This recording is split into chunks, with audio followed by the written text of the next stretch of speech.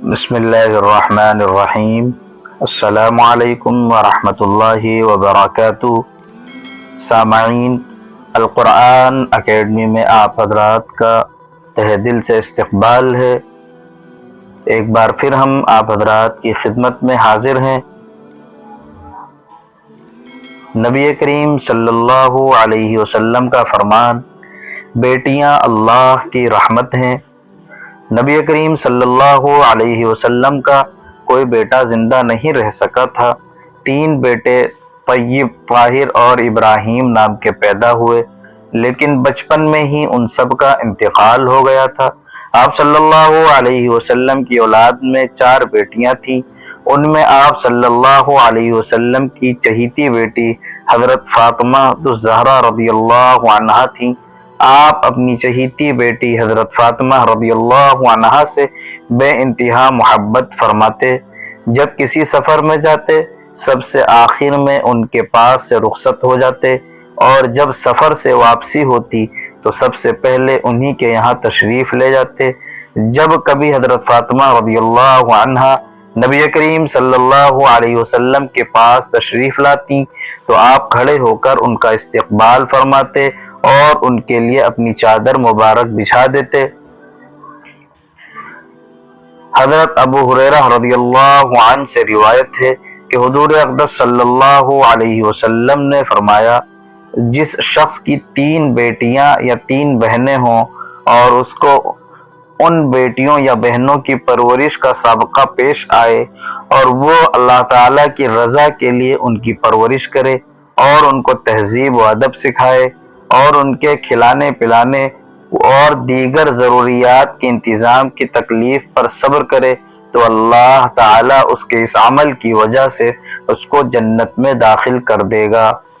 کسی نے سوال کیا، اگر 2 بیٹیاں ہوں تو؟ آپ صلی اللہ علیہ وسلم نے ارشاد فرمایا، 2 بیٹیوں کا بھی یہی حکم ہے۔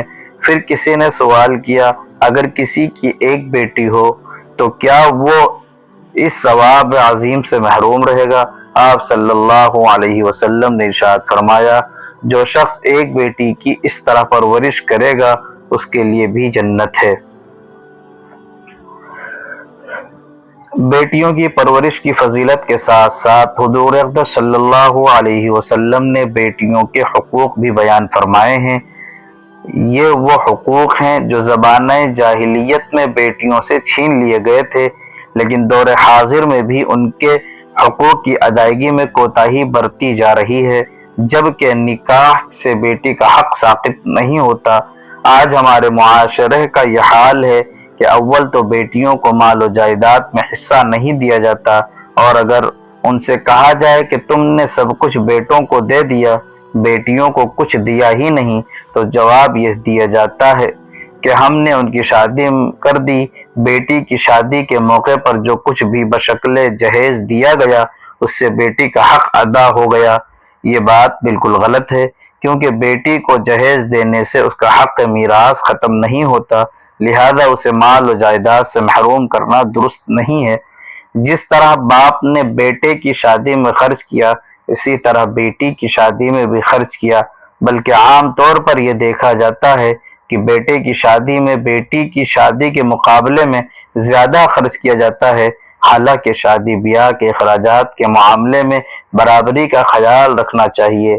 بیٹی کو کم دینا یا بالکل نہ دینا شرعاً ناجائز اور ظلم ہے۔ رسول اکرم صلی اللہ علیہ وسلم نے فرمایا، جس شخص نے اپنے وارث کی میراث کو ختم کیا تو اللہ تعالی جنت میں اس کا حصہ ختم کر دے گا۔ نوٹ: بیٹیوں کو جہیز دینا معاشرے میں رسوائی سے بچنے کے لیے ہے، جبکہ میراث دینا رب کائنات کا حکم ہے۔ اس لیے ہمیں معاشرے کی پرواہ کیے بغیر حکم خداوندی کو پورا کرنا چاہیے۔